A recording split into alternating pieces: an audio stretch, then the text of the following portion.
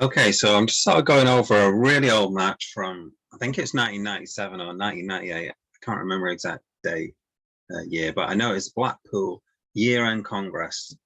And I'm playing with my partner, David Edelman at the time. I'm sat south.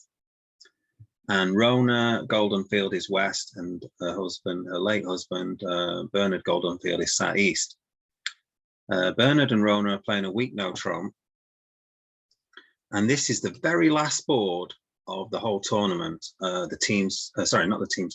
This is the pairs tournament.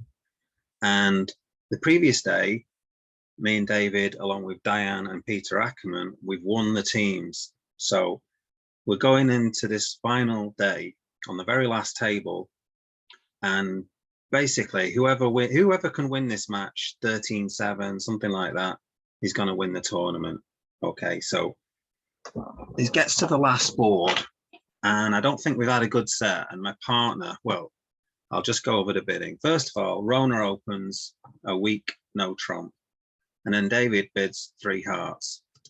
Now, I can't remember the exact hand, but I know the sort of the main points of the hand.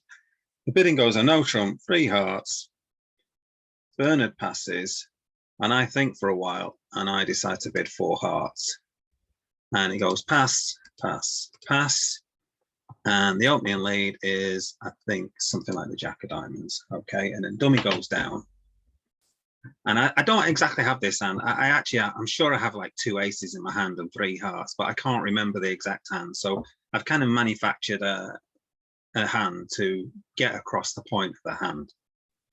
So dummy goes down, and then straight away, David starts ranting, saying, why have you bid this? Why have you bid 4 hearts? You know, I preempted, and he just rants for about a minute or something like that. And I'm just thinking, well, I've got to do something on the last board because I feel like we're down. Okay.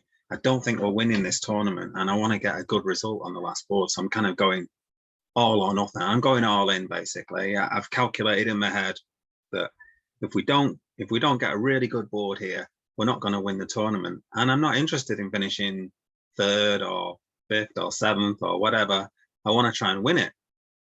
So I decided to overbid. I mean, this hand, I can't exactly remember what I had. So to be honest with you, it's probably not that unreasonable. I'm pretty sure I had less than this. I had something like 2 aces and 3 hearts, but I can't quite manufacture the hand in my head, but it doesn't really matter. Okay, so David puts in, say, the queen, and then Rona plays the ace, and then she immediately bashes out a club.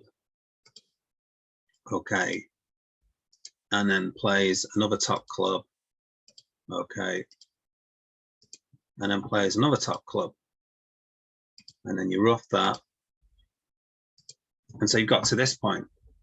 Okay, so some of you are probably already ahead of the game here. So you've already lost 3 tricks. So you can see, obviously, the spade finesse has got to work, and the heart finesse has got to work. Okay, so David, without really thinking, decides, well, I may as well take the spade finesse. Okay, to get back over to dummy. Okay, and then he plays 10 of hearts. Rona plays small. Okay, and David plays small, and then the king goes up. Okay, and then he's off. Okay, and I'm like, straight away, I'm like, why did you do that? I was basically saying, you know, you could have claimed this after about 4 tricks. Okay, you could have claimed this contract.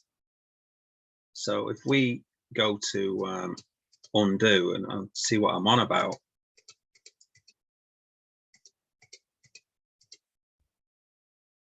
Okay, so if we get to this point, right, at this point, you can actually claim your contract. Okay, and the reason why you can claim your contract is that Rona, on her 4th card, she's played the ace of diamonds and the ace king queen of clubs.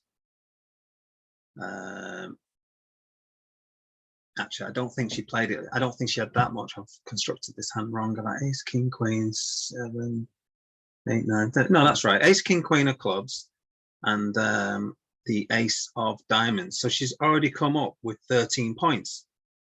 And she was playing a weak no trump. They were playing a weak no trump. So she can't possibly have the king of spades, and she can't possibly have the king of hearts. So at this point onwards, you can actually claim the contract and just say, well, my spade finesse is working, and I'm going to play Bernard for the singleton king of hearts, because you started off with 7 hearts. Dummy's got 3, which is 10. Because Rona's bid a no trump, she must have 2 hearts. So Bernard can only have 1 heart. So at this point, you can actually claim, okay, if you're brave enough, you just say, well, I know where all the cards are. I'm going to play Bernard for a singleton king, and I'm going to take the spade finesse, which is now marked because Rona's come up with so many points already. So it's one of these hands where if you just calm yourself down and think about things, you can actually claim. Okay, so unfortunately, David played it off, and I can still remember the hand from 25 years ago. Well, I still remember the major points of the hand, and we ended up finishing 7th. And if he'd have made this contract, we'd have actually won the tournament. So I was spot on. If I just passed 3 hearts, then we finish 3rd. If he makes the contract, we finish. If he makes it successfully, then we win the tournament, and we win 13-7 instead of losing 13-7. And it just came down. The whole tournament just came down to the very last hand, and it was such a doozy of a hand. Okay, where you have to sort of, instead of taking the finesse, you have to play for the. You have to pick up the singleton king. Okay, so I thought it was a great hand anyway. That was the Blackpool year-end Congress of 1997, I think. So we finished 7th.